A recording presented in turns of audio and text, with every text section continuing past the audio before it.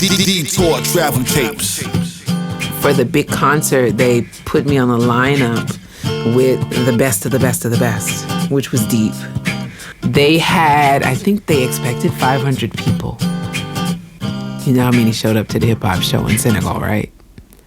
Yeah, it was 2,000. And they had to turn people away because it was an outdoor venue. It was Dutasek Cultural Center. And I've performed there since then. I've taught workshops there since then. But it was amazing. And they had assigned me a band. And that was also an experience because the band, I swear we rehearsed. We rehearsed every day. But by the time we got on stage, they played what they wanted to play. And it was like I was freestyling my whole songs for a whole set, which was painful. Then I had to find the rhythm or the melody for the hook. Then I had to find the rhythm to make sure my flow was on. So thank God it was Africa, so the drums are gonna go, right? And the guy had a drum kit. But then you have to be mindful because then the percussionists, they got a different rhythm than we got here. And so sometimes they get open and I'm like, yo, I don't know this rhythm. This is not my rhythm, you know? And he looking at me like, you black rap, you know, like, no, it's just like, you know, even when you're doing traditional dance, there's like a half count, like off, you know? Well, it's not off to them, but it's different. And then somebody wants to add in an extra doo doo doo doo boom boom boom. So then the hook leaves your head, like, right, what was that? And I was like, wow, I have done my music with all these different vibes. From High Life to Mbala to Sukus. And to the point where in New York, the City Lore Foundation, Steve Zeitlin, they're about cultural preservation and booked me to work with, it was a Jolly Agrio from Sierra Leone who had put together a band.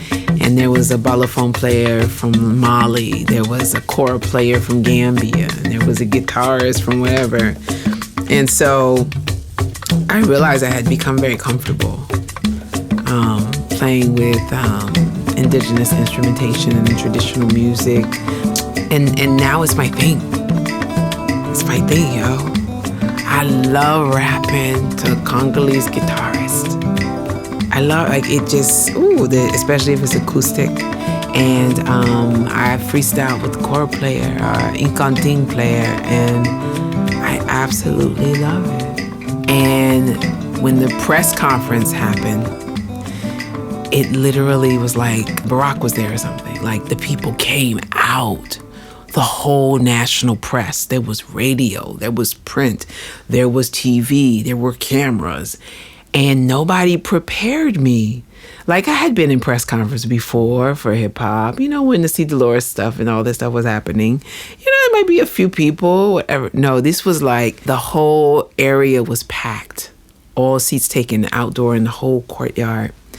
And the press started to ask me serious questions about the IMF, about the state of racism and the economy of Black Americans, about what are the people of New York City going to do in terms of being connected? What are the people of African descent doing?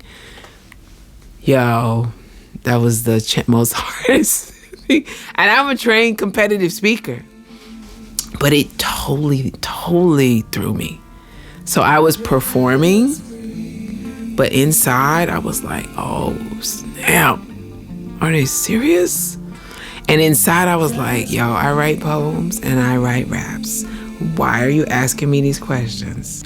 You know, and then one journalist, he says, hip hop has power. You all have power. What is Russell Simmons going to do with his power? I was like, yo, I don't know, you know. I was like, well, I'm not from the power, people, you know, and but I don't know what I said. I know I looked hella crazy. It was hard for my neck not to roll my eyes in my head, not to say, what the I mean, it was just so, But that's what they but it made sense. You know, the experience areas, there's no loss. It's a lesson. You are a woman of African descent. You have a responsibility. And that's all that was, a reminder. Tour traveling tapes.